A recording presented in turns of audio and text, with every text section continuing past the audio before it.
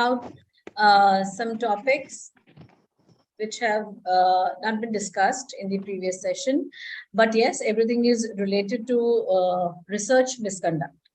So we will be talking about a little about intellectual honesty, because this is the topic where I ended my last session, right? Here we ended up on intellectual honesty and research integrity. So here as well, I'll take up from the same topic. Then we'll talk about, there will be a mini guestlet where I want you to participate this time. Two hands-on activities are there. Then we will talk about authorship and contributorship. What is the difference? How we can prevent the violations, ensuring contributorship, how contributorship should be, included in your research paper or in your thesis or in your project work. And this, at the end, a call for collective responsibility to uphold research integrity. So when we talk about intellectual honesty, what it is actually all about and why I'm discussing. See, when I just talk about research, when I just talk about research papers or projects, that becomes very categorical. The entire concept about which we are talking is maintaining the intellectual honesty and research integrity, right? So anything any work which is intellectual, honesty needs to be maintained, and proper reference, proper credit needs to be given to the concerned person, concerned organization, right? So intellectual honesty is an applied method of problem solving, characterized by an unbiased, honest attitude, which can be demonstrated in a number of different ways, including but not limited to one's personal beliefs, do not interfere with the pursuit of truth, relevant facts and information are not purposefully omitted, even when such things may contradict one's hypothesis. This is very important that we've been talking about, that when researchers do data fabrication or data falsification, this is what they do actually, right? So this should not be done. We should present the results as and when they are, whatever they are. I tell you one of my personal experience in this regard. We all have research projects, and when we teach MBA, when we teach PGDM students, they have compulsory research project submission, which is in the final year. So one or two students came to me who were under my guidance. They said that, ma'am, we've applied the statistical tool and the results which are coming up are in contradiction to the literature that we have studied. So what we can do, how we can make it, in sync with the existing literature. So when I sat with them, when we saw the demographics, when we studied the type of demographics that they have picked and the type of demographics which were there in the earlier papers are different. It was an entirely different group with different educational backgrounds, with different regions where they live, with different different occupations. So that demographic background justified the different findings, right? So you do not need to change your findings to be in cohesion with the existing literature. You just need to find the relevance. You just need to find the reason of the difference. I hope I'm clear to everybody. You just need to find the difference, reason for difference, right? Why your results are different, why your results are not in consensus with the existing literature. You just need to give the reason for the same, right?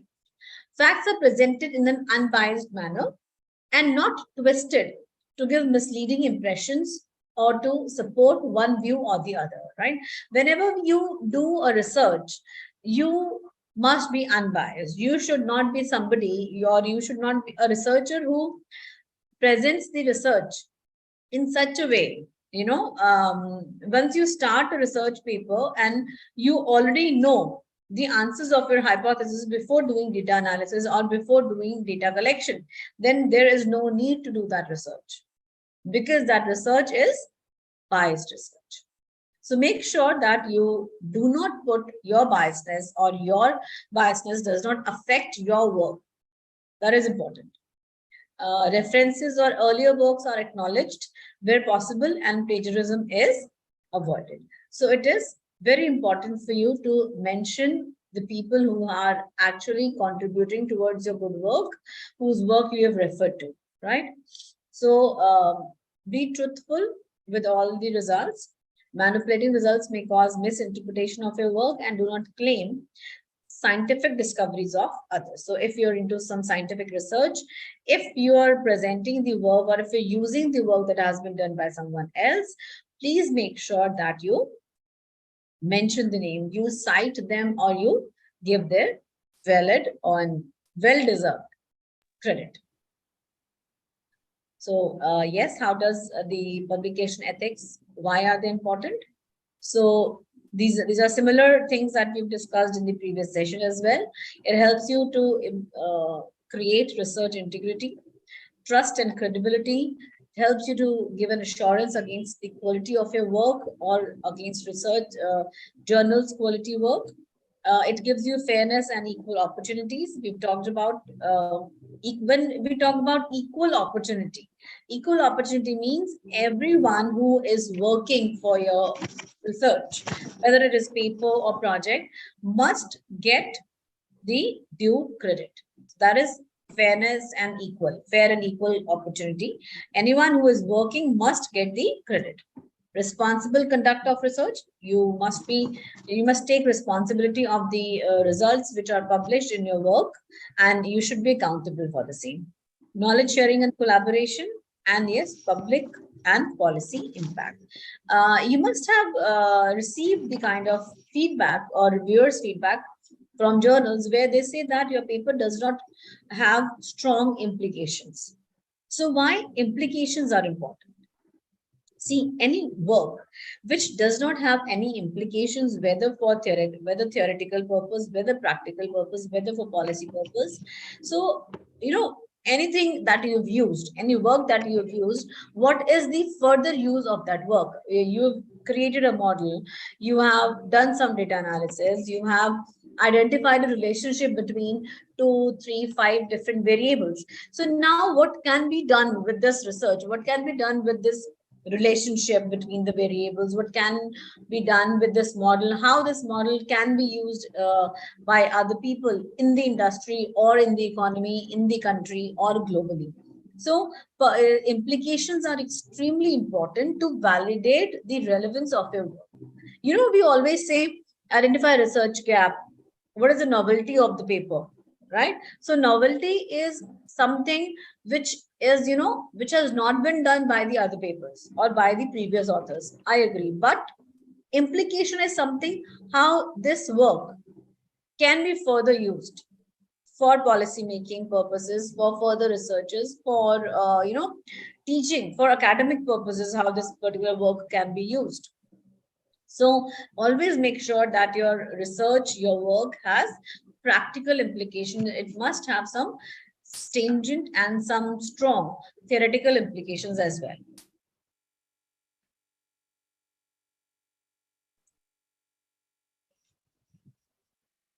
Okay, so let's have a mini caselet based exercise. I don't know how many of you will be really interested. I'll appreciate if you actually work on it. This small example will help you out to, actually clear your concepts. So Dr. Smith is a renowned researcher in the field of medicine.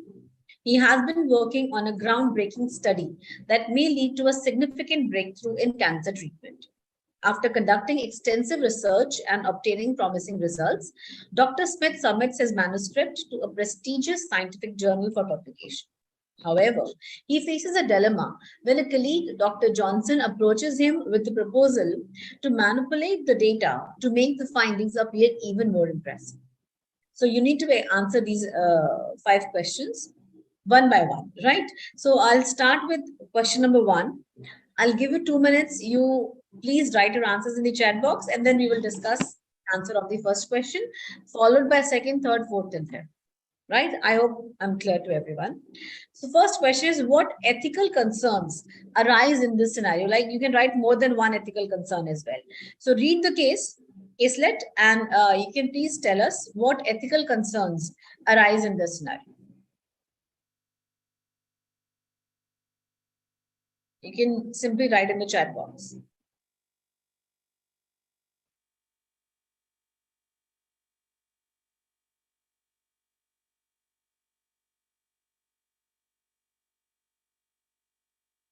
Anyone?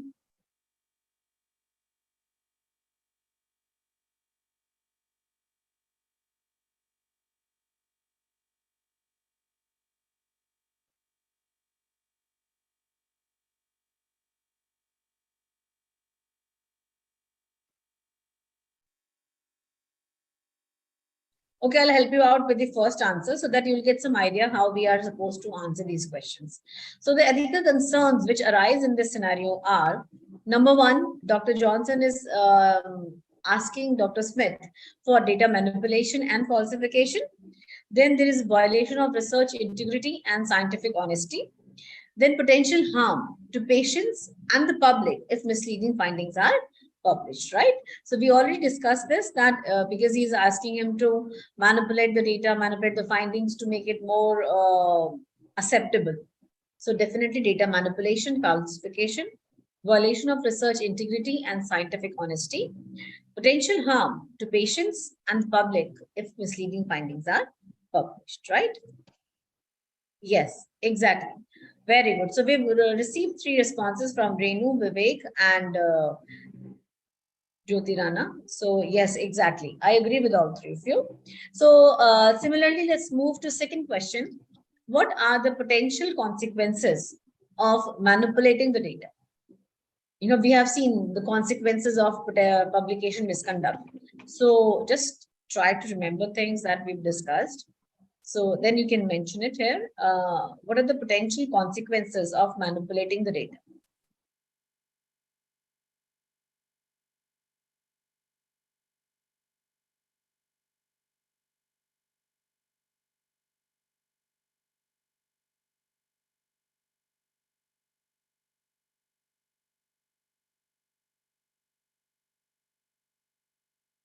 Okay, very good. So we've received 2 responses. Neha, Anu. Anu says damage to individual reputation. Very well taken. Perfect.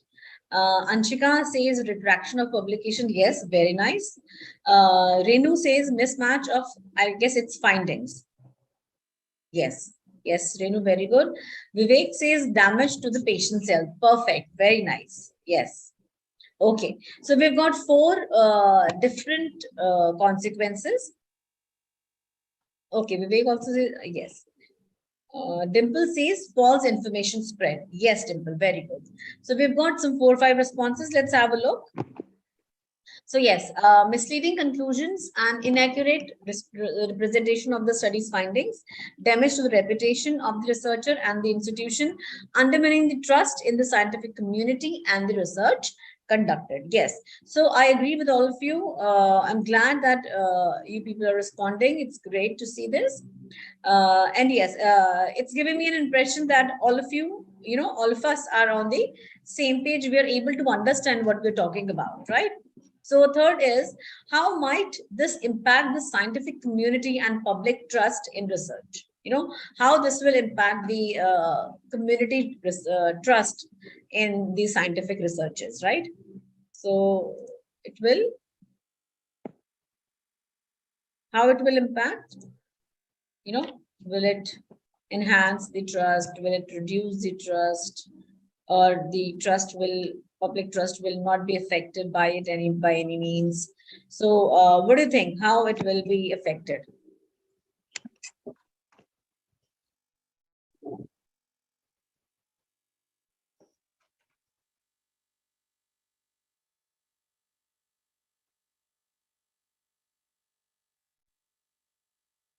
Okay, so Anu says it undermines trust in scientific community. Yes. Renu Malik says no reliability. Yes, definitely people will not find it reliable. Jyotirana says it's not trustworthy. Yes, exactly. I agree with all of you. And then we have Vivek. He says it will reduce the trust if the data manipulated. Yes, exactly. So yes, decreased confidence in research findings and skepticism towards scientific advancements, delay in progress and wasted resources, which is very, very important, right? Because it's a medical research. So delay in progress and wasted resources as other researchers rely on false or manipulated information. Right? Good. Very nice. So second last will be, what are the ethical obligations of Dr. Smith in this situation? You know, what Dr. Smith should do, what type of ethical obligations he should follow, what he can do, what Dr. Smith can do in this situation, how, what ethical obligations he should follow.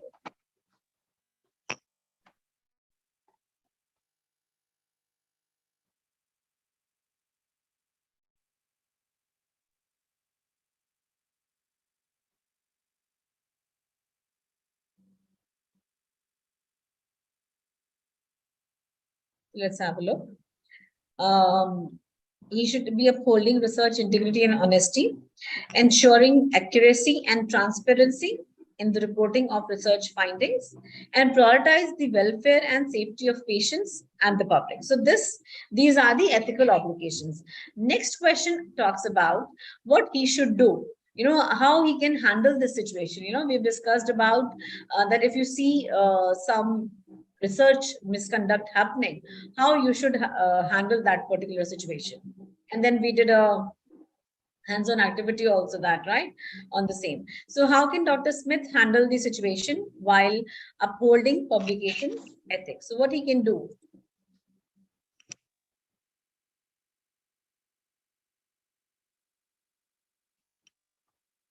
Okay, Anshika says first he should refuse, then he can complain to the authority. Oh, stricter one, Anshika.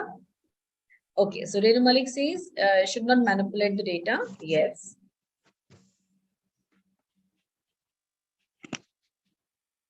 Jyotirana says he should deny the logical points. Logical points, right? Jyoti, can you please elaborate? Anu Nehra says retract or correct publication, right? Good. Vivek says fair analysis of the data. Yes, very good. Renu Malik says change the manipulated data. Right. Yes, exactly. Yes, I agree. I just need one person to follow journal and institutional procedures. Yes, exactly. I know. So whatever their institution or whatever their organization suggests, whatever procedures they have to handle these kind of misconducts, Dr. Smith should follow the same. Right. So what he can do is, yes, of course, refusing to manipulate the data and standing firm in maintaining research integrity. Engaging in open and honest discussion with Dr. Johnson to explain the ethical concerns, right? So we discussed that, you know, whenever you observe somebody who is not following research ethics, first point of contact should be the person itself. Try to tell them, try to convince them not to follow these lines, right? Not to work on these lines. But if they do not listen to you, if they do not improvise on their ways, then yes, definitely you can move to the responsible and senior authorities. Third is seeking advice from mentors, colleagues, or institutional ethics committee, consulting journal editors or experts in the field to address the situation appropriately. So, yes, Jyotirana says refuse to change by presenting strong reasons. Exactly. Anshika says rules will be violated until action denied on such situation. Exactly. Yes, Anshika, I agree 100%. Right. Okay. Great. So, well done. Who all have participated? They participated in the right manner, and they were all as per the expectations. You know, the kind of answers I was expecting. I'm glad that you responded in the similar way. So, a small activity. You just need to identify the type of publication ethic violation, right? Whether it is plagiarism, it is falsification, it is fabrication, what type of scenario is this? So just have a look. After this, we will start with authorship and contributorship. This is important because with this, it will be clear that, you know, you still remember the things. Please have a look. I'll just give you 2 minutes for this. Little hurry up so that we can move forward to the Next content.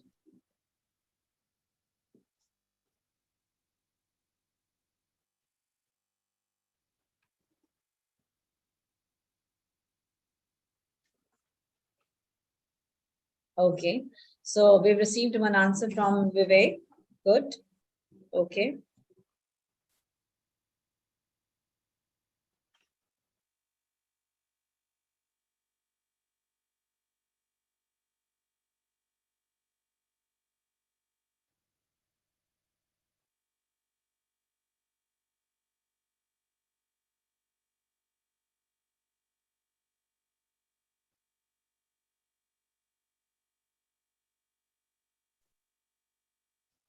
Okay, so we've received some answers. Anshika, Jyoti, Sonia, very good.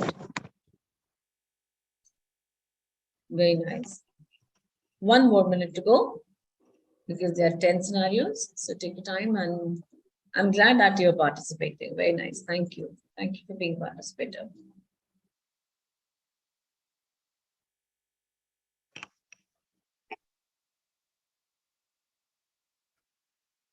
Yes, Vivek. Vivek is also responding to the same. Great.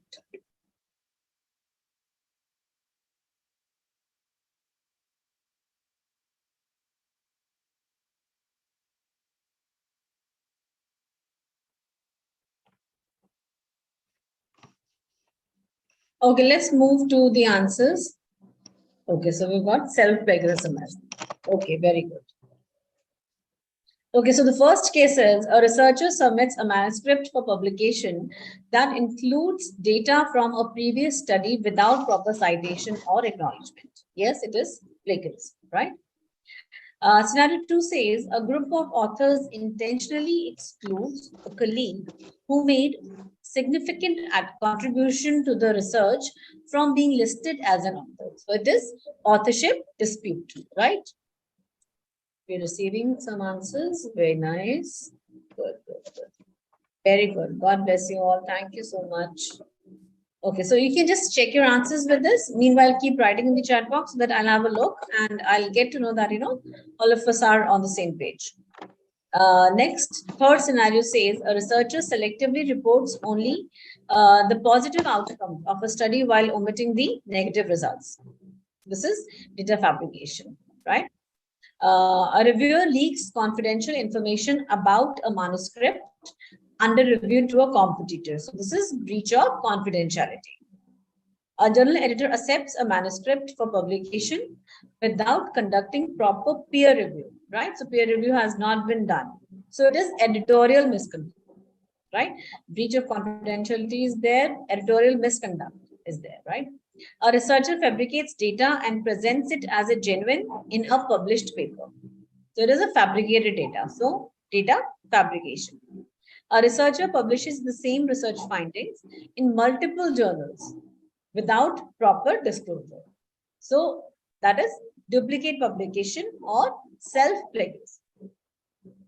A researcher fails to disclose conflict of interest that could potentially influence their research findings. That is conflict of interest, non-disclosure, right? Because he fails to disclose, he doesn't even know that particular research findings can potentially influence his research work. So that is conflict of interest, non-disclosure. A researcher includes incorrect information about the funding sources of the study. So misrepresentation of funding sources. A researcher publishes a study with inaccurate or manipulated images to enhance the visual impact of the findings. So it is again data fabrication.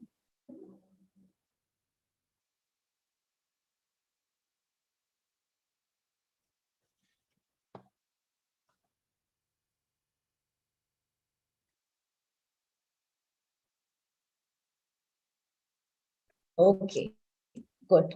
So let's move to the next section. I'm glad that this time the participation was better. Good. And we got to know a lot of answers.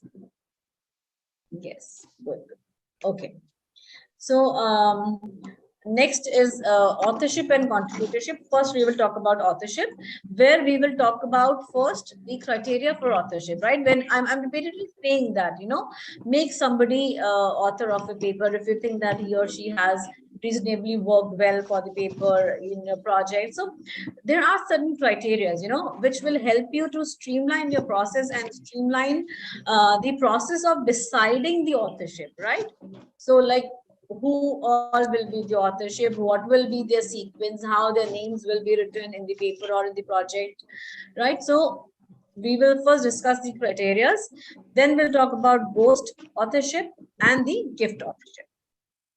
So when I talk about the authorship criteria, authorship basically refers to the act of creating, writing, or contributing to a literary, artistic, or intellectual work. Wherever you have a contribution, it is a process of being recognized and acknowledged as the originator or contributor of a particular piece of work.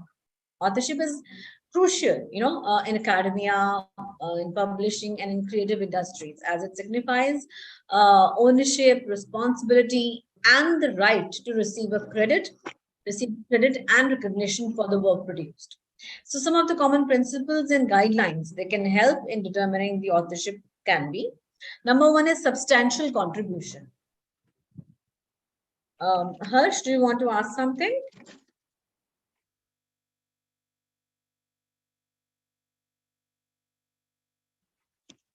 Harsh, any question?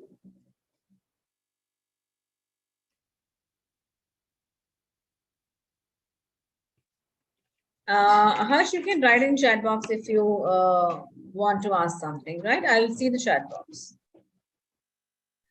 So first is substantial contribution. Somebody whose name you're going to include in your paper, in your work, must have had made a significant intellectual or creative contribution to the paper, or, in drafting, in designing, in analysis, anything, they should have contributed substantially to the overall content and intellectual direction of the project or the paper.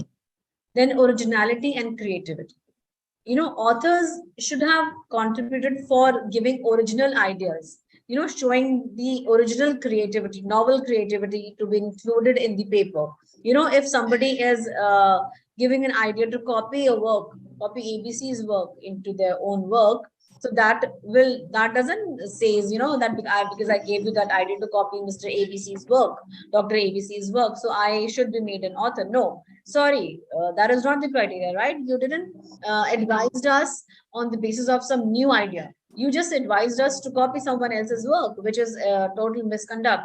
So you does not qualify to be an author, right? Next is accountability and responsibility. Yes, people who are ready to take the accountability and responsibility associated with the publication of the work and the future consequences of it itself, right? So authors should be willing to take responsibility for the accuracy and integrity of the work. This includes ensuring that the data, methods, and conclusions are presented honestly and transparently. Approval of the final version. All the authors, whether it has 3 authors, 5 authors, 7 authors, 10 authors, all authors must have approved the final version. Somebody who has not been allowed to approve the final version, that is another authorship conflict, right?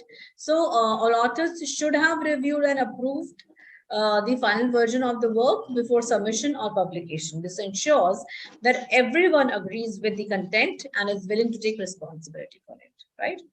Next is intellectual engagement. Authors should be actively engaged in the project, making substantial contributions beyond the initial conception. This involvement can include critical analysis, providing feedback, and participating in discussions or revisions. Now, here you need to understand that what we're talking about is one of the criteria for making somebody an author or giving an authorship to somebody for your work does not simply qualifies that, I provided you with the space to write your research work. I provided you with my laptop to write your thesis. So I should be a co-author. No, your contribution needs to be intellectual. and your contribution needs to be in intellectual form, only then you qualify to be an author. I hope it is clear to everyone. If you have any doubt, you can please write in the chat box. And yes, publication criteria. Publication criteria talks about the, uh,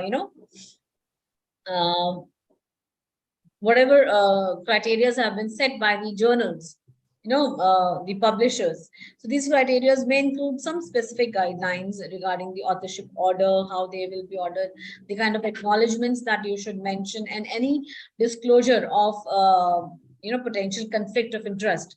So all these criteria should be mentioned.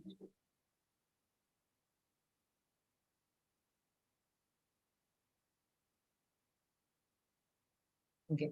Anu, when we decide about the first, second, and third author, ethically and as per COPE and other publication ethics guidelines, first author will be the person who has made the maximum contribution, right? Even if when you see ABI scores, so first author gets 60% marks, right?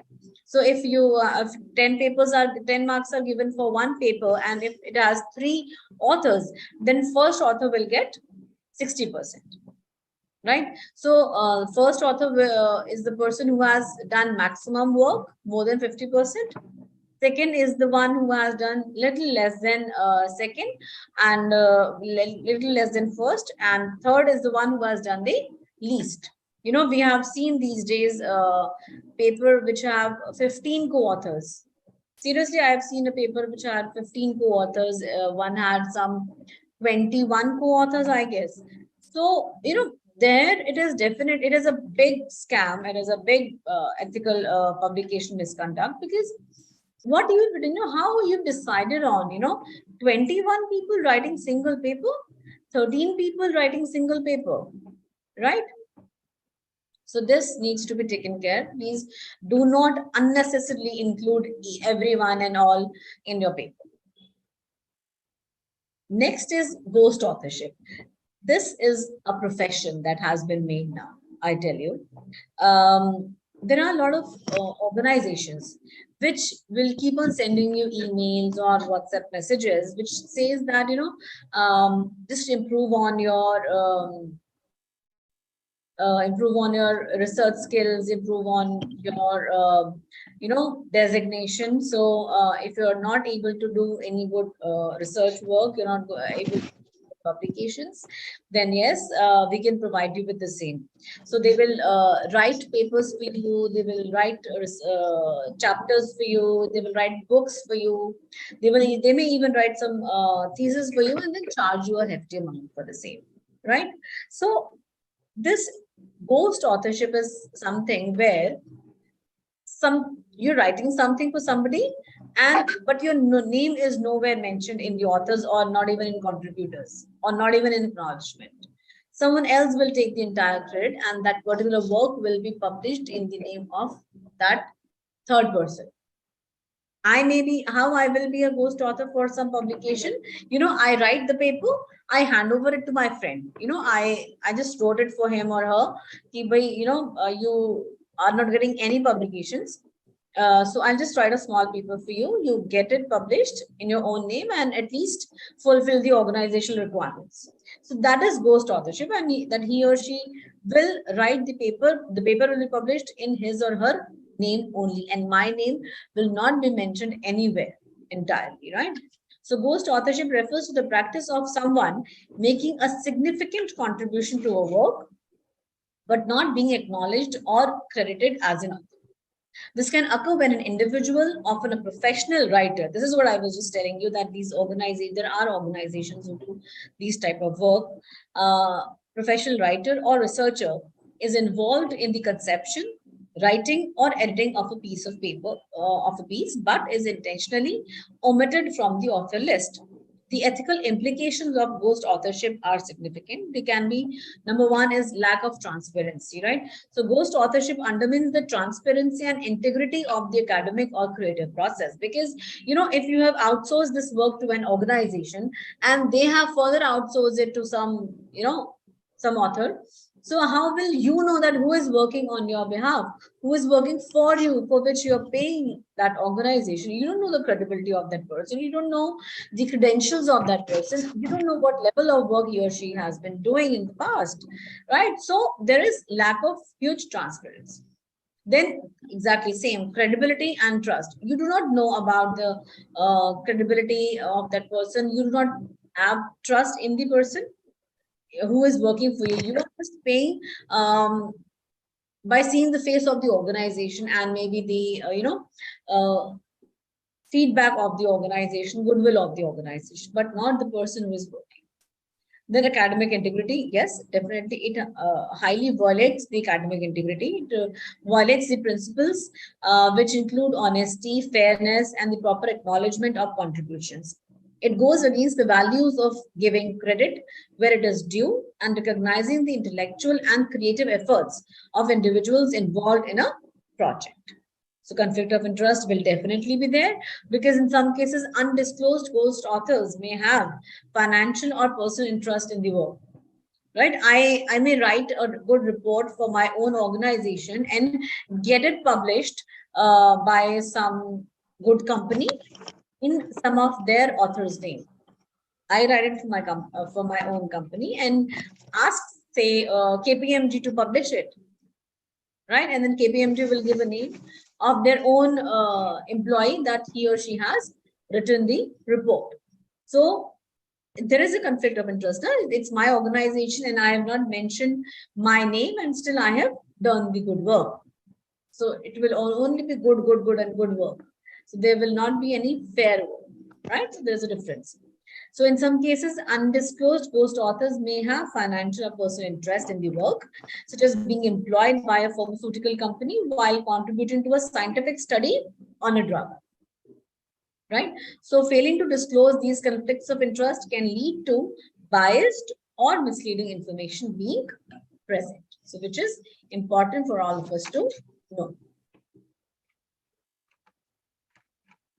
No, Anu, we will just talk about gift authorship now.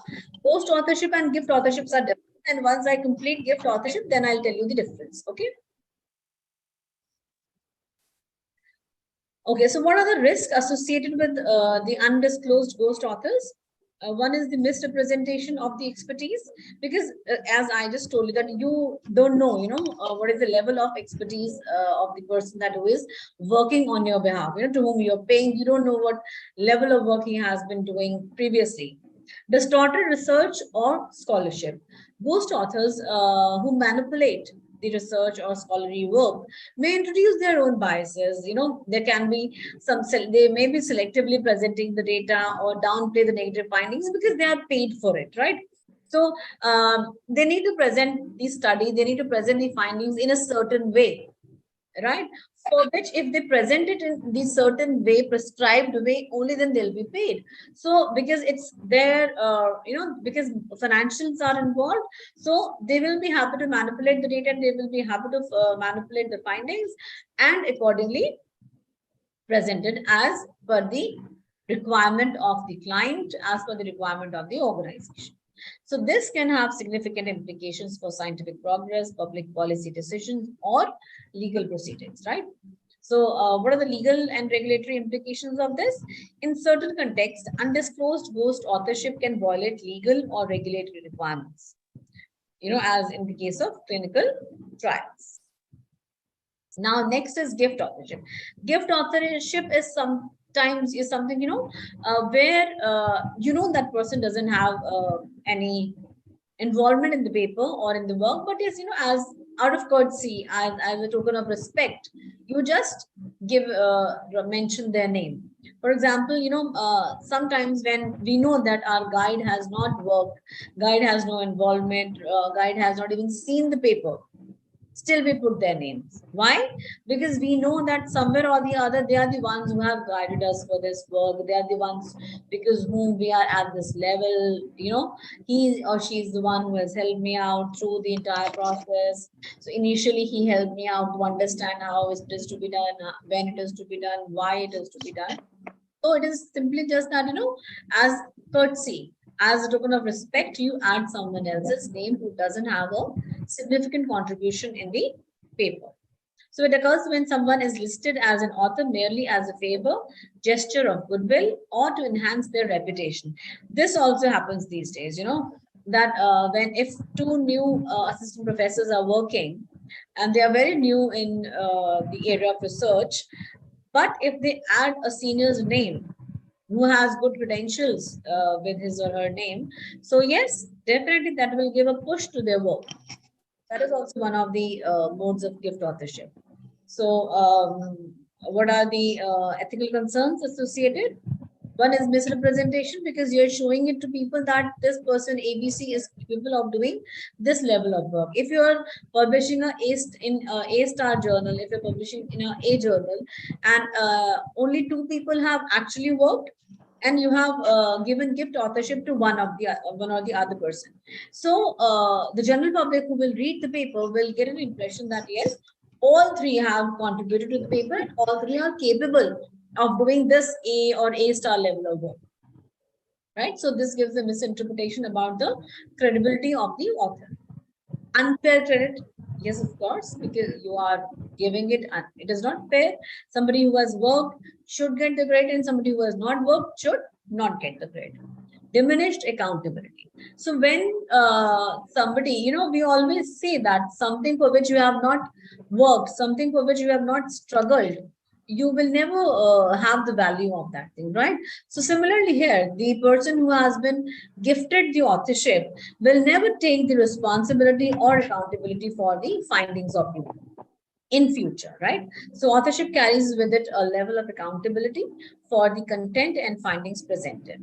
When gift authors are included, they may not be sufficiently invested in the work to take responsibility for its accuracy, integrity, or ethical considerations. This can undermine the credibility and reliability of the work.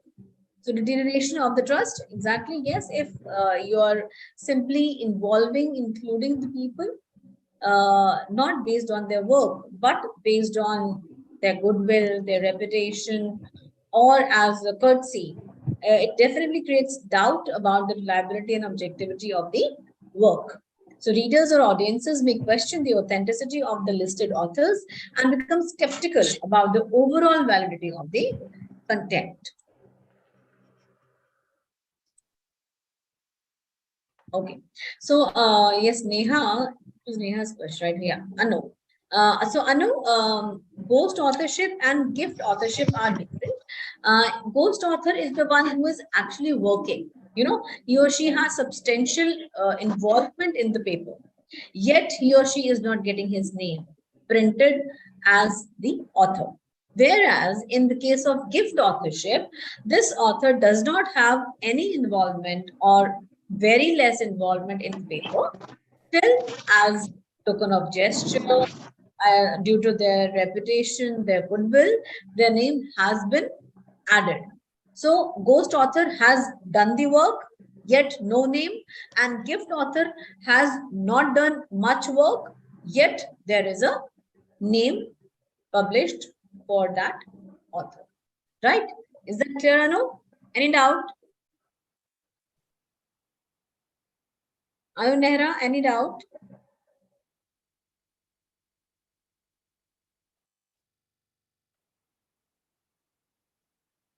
Okay, perfect. Okay, so let's move forward. Now we will talk about the contributorship. See, authorship, we know, we are very clear about that, it is something where you are fitting into that authorship criteria. Now, who can be the contributor?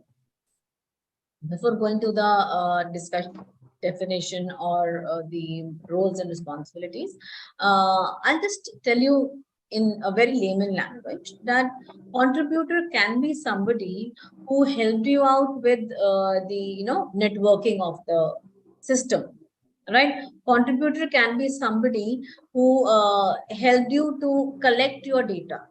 Contributor can be somebody who who just told you, that this is the source of information from to which you can refer to, right? Contributor is somebody who has played a role, not really highly significant role, but yes, a role that has led your story, led your work to reach to a certain level, but still that work is not equivalent to the work contributed by the author. I'm repeating. A contributor is the one who has contributed significantly enough to give a proper shape to your work, but not equal to the work that is contributed to by the original authors. I'm not talking about ghost authors or gift authors. I'm simply talking about the original authors, people who have actually written the paper, right?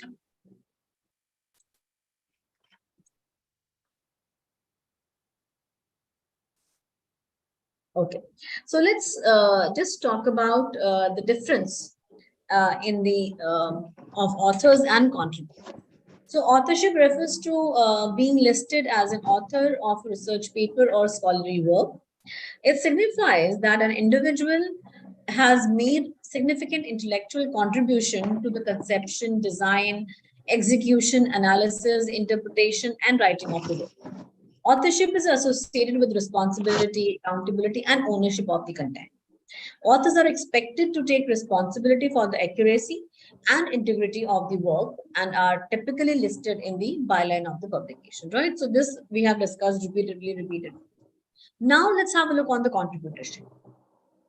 Contributorship, on the other hand, is a broader term that encompasses individuals who have made some form of contribution to the research or publication project, but may not meet the criteria of authorship, right? Contributors may have provided assistance in data collection, laboratory work, administrative support, funding acquisition, or other aspects of research process. While contributors have made valuable contributions, they may not have been involved in the critical intellectual aspects of the work to warrant authorship. So whenever we talk about authorship, it is about the intellectual contribution. And if you talk about contributorship, then yes, it can be, apart from critical intellectual aspects. So it is important to differentiate between authorship and contributorship to ensure transparency, fairness, and accurate representation of individuals. Uh, Establishing a clear criteria for authorship helps avoid gift or honorary authorships, whereas individuals who are listed as authors without meeting the necessary requirements. On the other hand, acknowledging contributors acknowledge their valuable contributions while maintaining the integrity of authorship. So, yes, original authorship is suggested, and contributorship is even more suggested. Try to acknowledge, try to give contributorship to the people who have helped you out throughout the process, even a colleague, even a friend, who have helped you while you were writing the thesis, who have helped you through her discussions only. Both of you were sitting over a cup of tea, and she gave you some key points, that you should keep in mind before pursuing your PhD, pursuing your research work. So she deserves an acknowledgement in your thesis, right? So definitely, please make sure that you don't miss out on anyone who has contributed, and try not to include the people who have not intellectually contributed to your work, right?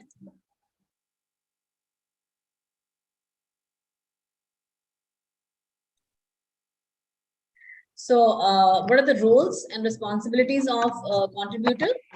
It is important to have open and clear communication with the research team to define and discuss authorship and contributorship at the outset of the project, right? So once you're going to start, as you're going to just start the project, it is important to talk about it, so that people who are only qualifying as contributor should not expect to get their names as authors. So establishing expectations and criteria for authorship and determining the roles and responsibilities of contributors can help minimize the conflict or misunderstandings later on, because everyone will be clear about their roles. Additionally, it is crucial to follow ethical guidelines and ensure proper acknowledgement and citation of all contributions, whether as authors or non-author contributors. Transparently recognize the contributions of all individuals involved in the research project, fosters a collaborative and inclusive research environment. And this is the whole idea towards which all of us are working.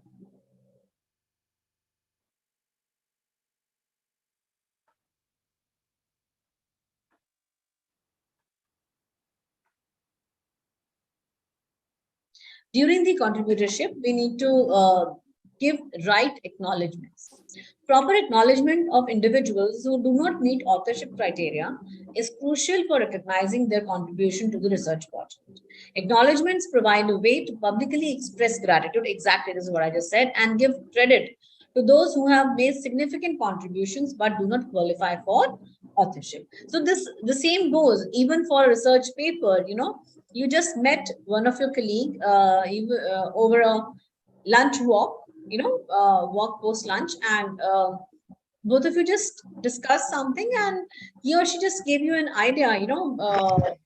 Can't this you can just relate these two variables, or this is a new variable, new segment which is coming up into particular marketing or human resource domain or finance domain. So this can also be taken up as a new topic of research, and that hit you, and then you started working on the same paper. So yes, that idea, that post lunch walk contribution should be acknowledged in your research, right? So what are the important key points that must be taken care of uh, while you're talking about acknowledgements or contributorship? So recognizing specific contributions, somebody who has, helped, you're able to identify that Mr. A has helped me in the laboratory work, Mr. B has helped me for technical support, Mr. C has helped me in data collection. So, people whose work you're able to identify, people whose contribution you're able to identify should qualify as contributors, right? Not everyone who is just passing by and even just asking about, oh, how's your work going? That doesn't qualify for a contributorship, right? Transparency and fairness. Exactly. This is the point where I was just saying that you must know what contribution A, B, C have done for your work. Inclusion and diversity. Proper acknowledgement promotes inclusivity, means including everyone who is responsible, who has contributed, and diversity in research. It recognizes the diverse range of skills. Otherwise, when we're talking about authorship, we are simply, felicitating the intellectual aspect of it. But yes, yet there are a lot of other skills and expertise which are required for a paper to be, to come into that proper shape where you can even submit it for publication, right? Probable publication. So there are various diverse range of skills, expertise, and support that contribute to the research process. So acknowledging individuals who do not meet authorship criteria helps ensure that their contributions are acknowledged and valued, regardless of their position or role within the research project, right? Just take an example, a lab assistant who has assisted you throughout the process of your research. Lab in charge, right? A person who used to do 30 photocopies a day for you, right? So all these people can be given, just passing on statement, passing on acknowledgement in your work. Ethical considerations definitely must be taken care of, and these ghost authorship and gift authorship are simply ethical misconducts, so they should be avoided. Professional and academic reputation, and once you give acknowledgement to senior people, that definitely increases the impact, that positively impacts your work as well, and that increases your reputation. Now don't start acknowledging people who are not involved with your work, who have not contributed to your work, just to increase your work's credibility. Don't do that, right? So transparency in contributorship is essential for maintaining the integrity of research and scholarly publications. Clearly acknowledging the contributions of individuals who do not meet authorship criteria promotes openness, accountability, and fairness. It also helps readers and the academic community to understand the scope of contributions beyond the named authors and fosters a culture of collaboration and recognition in research, right? So next we will talk about how we can prevent the violations. Um, we can, adhere to the ethical guidelines. 3 points are there, and I will discuss all these 3 points in detail. We can adhere, we just stick to the ethical guidelines. And when we talk about ethical guidelines, COPE is the main thing, which we main organization that we need to talk about.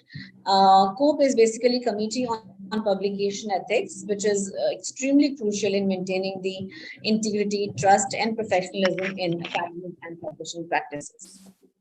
So this organization, basically, it is a global organization, and this is on maintaining the academic trust, right? So COPE provides a comprehensive set of guidelines and best practices for addressing various ethical issues that may arise in scholarly publishing. So some of the key areas that are covered by COPE guidelines, which is very important for you to know, right? We've been talking about ethical guidelines, but you need to know what ethical guidelines are all about. So primary objectives of COPE are promoting ethical conduct. Everyone who is writing paper or who is working on any kind of research must follow the ethical rules.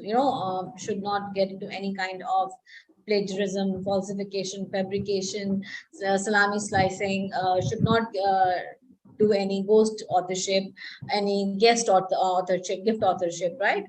So providing education and resources, knowledge and knowledge resources must be available, but those knowledge resources will only be beneficial, will only be helpful if we do them with complete ethical conduct.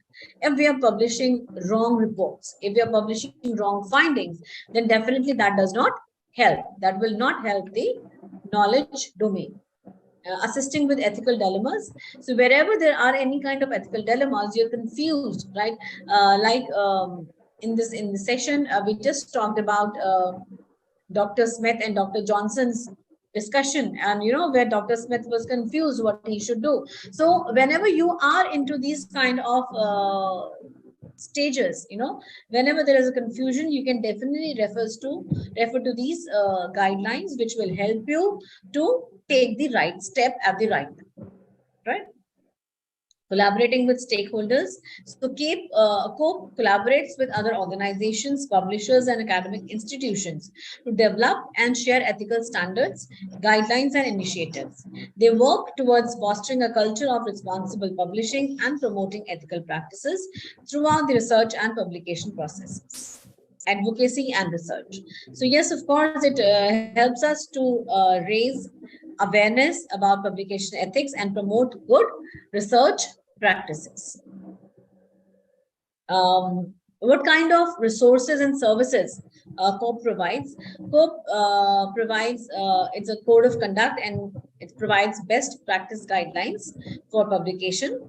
It provides service with reference to case discussion and advice. It is a platform where different people, the members of COPE, they discuss different cases related to ethical dilemmas, and then they come up with related revisions in their guidelines. Then they organize workshops and seminars to spread awareness regarding guidelines, and then they do the ethical audit program also, which helps publishers and journals to assess and improve their ethical practices. The program includes a comprehensive evaluation of policies, processes, and procedures related to ethical publishing. A very simple example, which I will just quote. You have been seeing that there are papers, there are journals, sometimes who are part of Scopus, sometimes they're part of ABTC, sometimes they're part of UGC Care, and then suddenly they are out of the list. And these indexings, these listings, they keep on revising these lists. Why a journal who was previously in, say, Scopus in till 2021 is not in Scopus in 2023? What has happened? Because that particular journal was not working as per the ethical guidelines. whether there was no peer review, or they were not doing practices, they were not following guidelines which were supposed to be followed for a journal to be included in a good index, right? So this ethical audit program is the backbone, is the process due to which journals keep on coming and going out of the indexings, right? So overall, when we talk about COPE, it plays a vital role in promoting ethical publishing practices and providing guidance and support to the academic community. Their resources and initiatives contribute to the integrity, transparency, and trustworthiness of scholarly research and publishing. So these are some of the COPE guidelines which needs to be followed. Authorship and contributorship, this we've discussed. Plagiarism and duplicate publication, we know about the difference between the two. Data integrity and reproducibility. Data should be, data integrity should be maintained. Data must be saved for future users, and it should be in a form, which can be further utilized. Conflict of interest and funding disclosure. Conflict of interest should be mentioned, and funding sources, funding agencies, names must be mentioned. And yes, a double blind peer review process is definitely suggestive, right? So peer review process must be there. So these 4 or 5 guidelines are there, which are for the authors, which are for the reviewers, which are for the editors, and which are for the journal publishers as well. Next point, which we were talking about, adherence to ethical guidelines, we've discussed. Transparent reporting and authorship agreement. So transparent reporting here is basically a fundamental aspect whenever we talk about these scholarly research publications. It involves clear and comprehensive documentation of the research process, methodology, like everything, in simple terms, everything what you have done must be truly, completely mentioned in your project or in your research. It ensures that the research can be understood, evaluated, replicated, and built upon by others in the scientific community. 2 key elements of transparent reporting are proper documentation of the research process and methodology, and appropriate citation and referencing practices. So whenever we talk about transparent reporting, 2 aspects needs to be taken care of. One is complete proper documentation of the entire research process and methodology, and citing and giving the complete references of the sources. So when I talk about the first point here, proper documentation of the research process and methodology, 4 things needs to be taken into consideration. Research design. The transparent reporting involves describing the research design, including the objectives, hypothesis, and the rationale behind the chosen methodology. When we talk about sampling and data collection, the process of participant selection, data collection method, and any other tools or instruments that have been used must be clearly defined. This allows readers to understand how the data were obtained and whether the methods are reliable, right?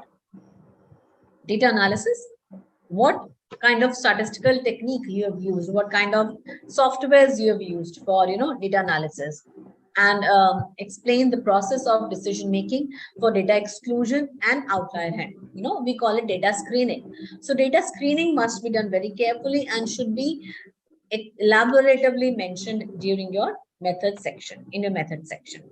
Now, what are the limitations and challenges? This must be explicitly shown in the paper, so that your limitations, your challenges, your potential biases will become the future strength of the other research papers. Now, when we talk about proper citation and referencing practices, so accurate citation of resources must be there, with reference to the format, whether you're following Harvard, whether you're following APA, whatever you're following is, complete and accurate form. If you're when there is only one author, how it is to be written. When there are 2 authors, how it is to be written. Where you need to mention at all, right? Where full stops are there, where commas are there, where where the sentence will start with the citation, where the sentence will end with the citation, where will, when and where there will be in text citation in the running text. So all that, you need to see, and you need to follow the correct guidelines and formats for the same. Avoiding plagiarism and consistency in citation style. You must have seen some journals. Some journals are very typical about, this is the only method of citation that you have to follow. Whereas some journals say that we are free. We give a free hand to our author. Whether you follow Harvard, whether you follow APA, whatever you want, you can refer to it. But make sure that whatever citation, whatever reference style you follow must be consistent, must be followed throughout the paper in. So that is important. Now, when we talk about authorship agreement, this agreement or document is an understanding among the co-authors that establishes clear expectations, criteria, and responsibility for authorship. It ensures that all individuals involved in a collaborative research or publication project understand and agree on their roles and contributions. The purpose of an authorship agreement is to promote transparency, fairness, and effective communication among the co-authors. So this must be framed, this must be drafted very carefully. No one who is, qualifying, who is able to qualify as an author, should not be left out, and gift authorship and ghost authorship must be avoided. So whenever we talk about the authorship agreement, these are the clear guidelines. Again, authorship criteria should be defined. It should be communicative and consensus. Everyone should be on the same page. Everyone should agree to what they're talking about. Acknowledging different contributions.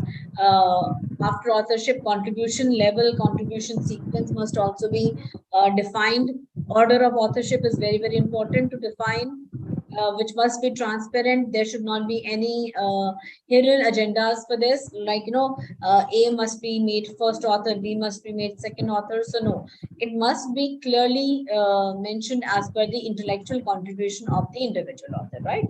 Dispute resolution, like if any kind of dispute arises later on with respect to authorship agreement, which court will see to that disagreement, right?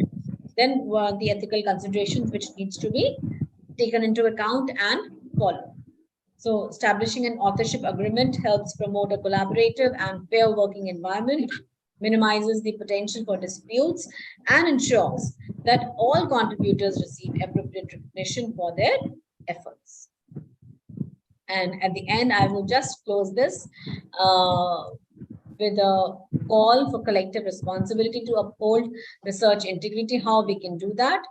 We can simply promote a culture of research integrity by fostering open and transparent communication, encouraging responsible authorship and contributorship, practicing rigorous data collection and analysis procedures, conducting ethical peer review and publication process. And when I say ethical, ethical means it should be blind review.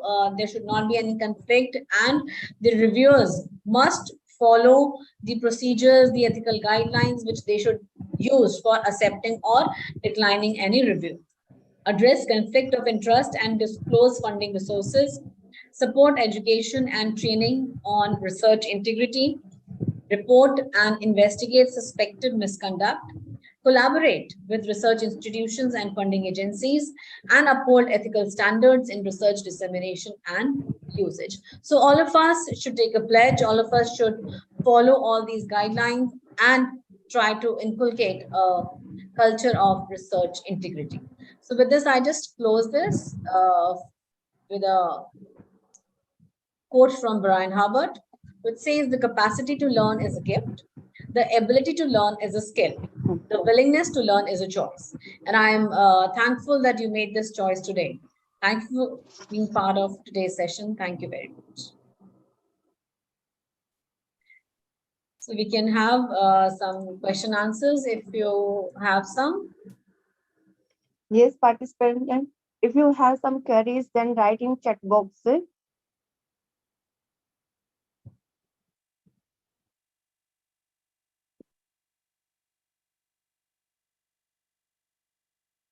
At present, ma'am, there is no query. We will wait. Yes, we can wait, sure.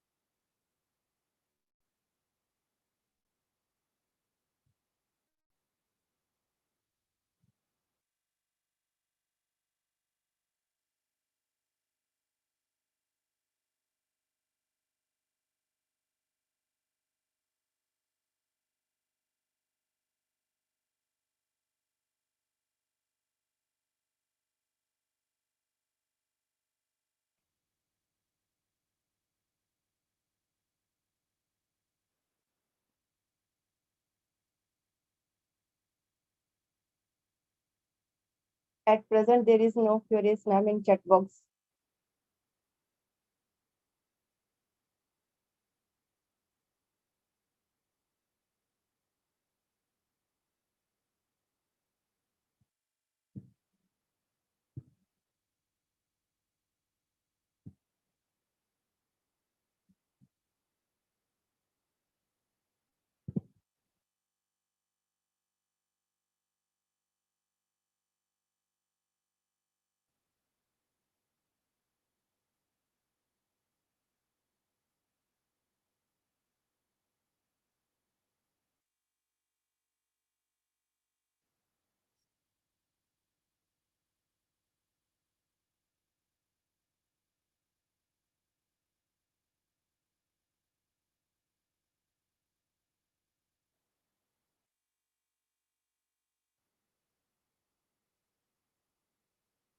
I can just see a question here.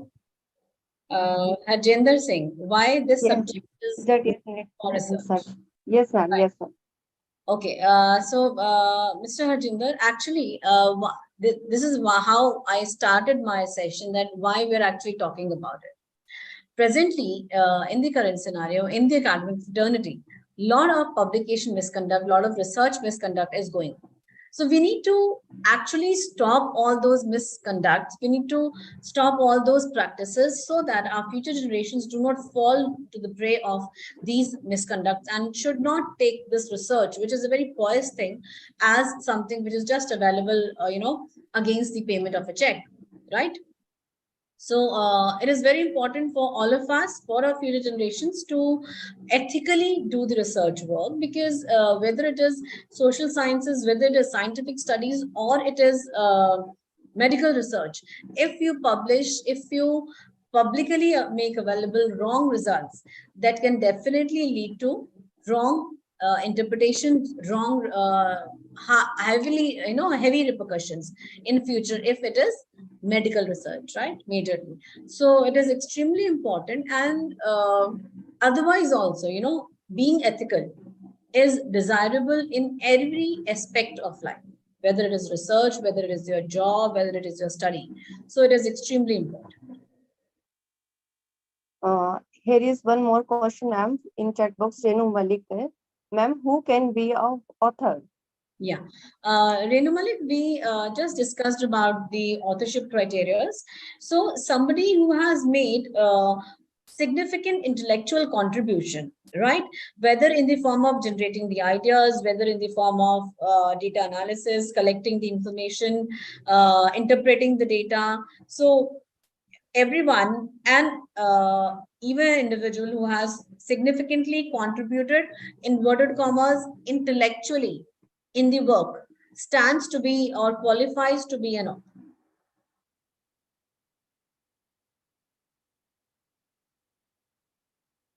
Right. Any other questions you can write in chat box.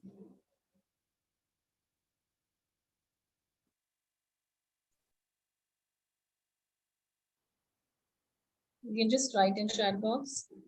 Yes, ma'am.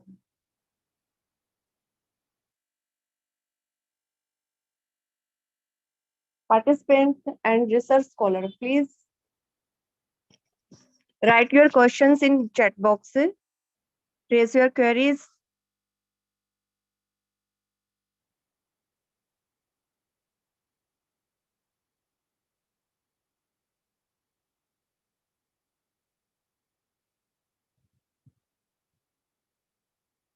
I repeat my words. Research scholar, please, if you have any question, have any doubt, write in chat box.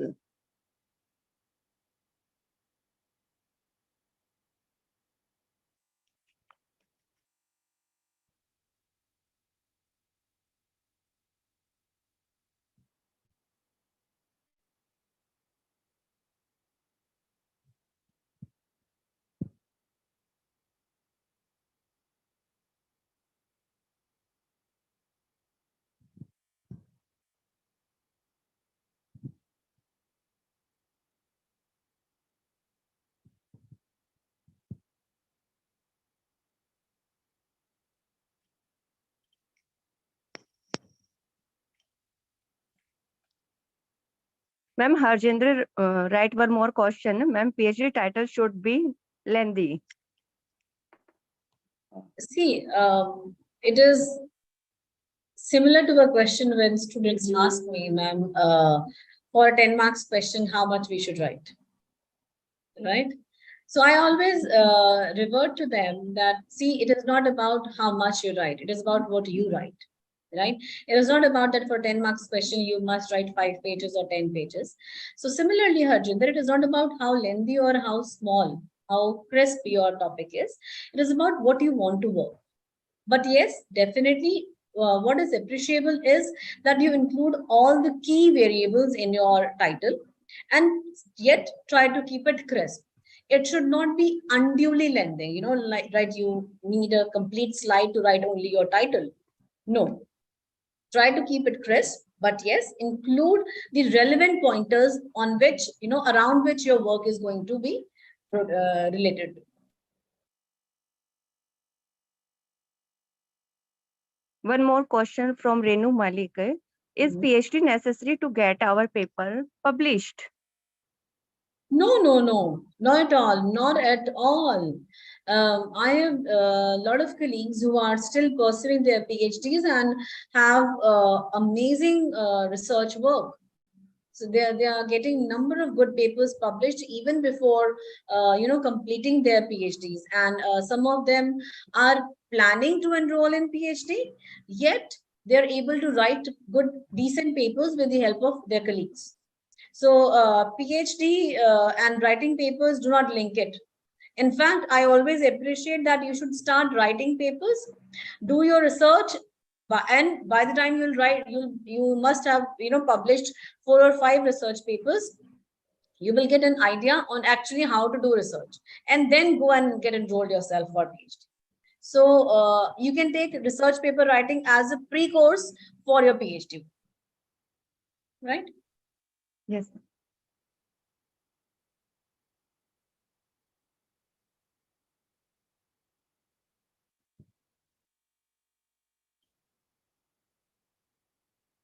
Yes, research scholar, any doubts? Please write in chat box.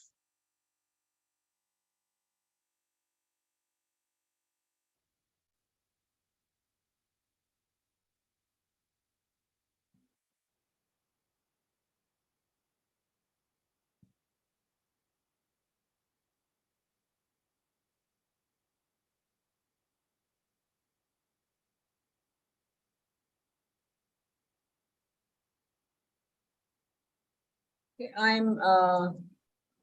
Anu has asked, and I'm sharing my email ID with all of you. You can connect with me later on. I've shared my email ID in the chat box. No, Yes, no, no, ma'am. Bilal, there are no guidelines for selecting a research topic. It is always suggestive to pick up the new upcoming topics on which not much work has been done, and where you see that, see, your thesis topic is something with which you're going to stay for another 15 or 20 years. Right. So it is very crucial. Pick something which interests you, which intrigues you, and something which has a good scope, something which you see that will be workable through different dimensions in future as well. So there are no guidelines. It is just only your research that helps you to identify a good research topic and your area of interest. Yes, dear participant and research scholar, Dr. Pooja Chaturvedi Sharma has shared her email ID in chat box. If you have any doubt after the session, you may ask her.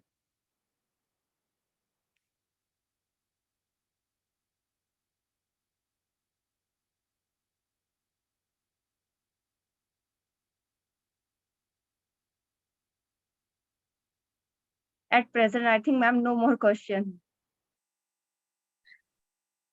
Yes, ma'am. Thank you, ma'am.